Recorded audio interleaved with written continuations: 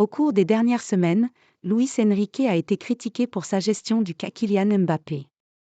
Dimanche soir, la vedette du PSG a une fois de plus démontré qu'il était indispensable et que Paris se portait bien mieux en sa présence.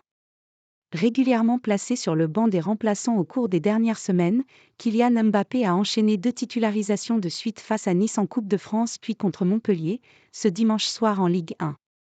Auteur d'un triplé, le capitaine du Paris Saint-Germain a guidé son équipe vers la victoire en débloquant la situation à 0-0 puis en redonnant l'avantage aux siens à 2-2.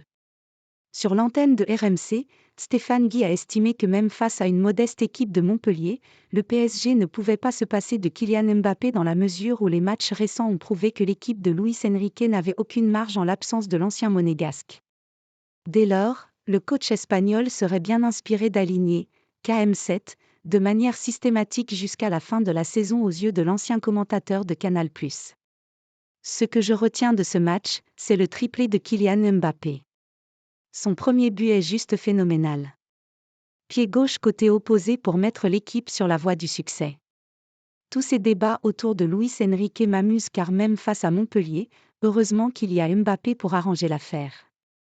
Comme par hasard, le PSG regagne en Ligue 1 quand Mbappé fait 90 minutes, estime le journaliste, avant de poursuivre. Stéphane Guy milite pour que Mbappé joue tout le temps.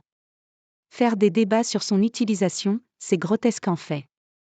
On peut faire des débats à la con si on veut, à savoir s'il faut faire reposer Mbappé, mais est-ce que Klopp fait reposer Mohamed Salah quand il joue tous les 3 jours ? Bah non, il le met, ce sont des débats tellement grotesques. Quand le PSG est à 0-0, qui débloque le match ? Mbappé. Quand le PSG est à 2-2, qui débloque ? Mbappé. C'est ça la vérité de Paris. Même pour un match à Montpellier, celui qui débloque c'est Mbappé et s'il n'est pas là, c'est compliqué, a analysé Stéphane Guy, qui espère que Luis Enrique va arrêter de gérer Kylian Mbappé comme il le fait depuis quelques semaines et que celui qu'il a surnommé il y a quelques années le « génie français » sera systématiquement aligné. Pour le bien du PSG et du spectacle.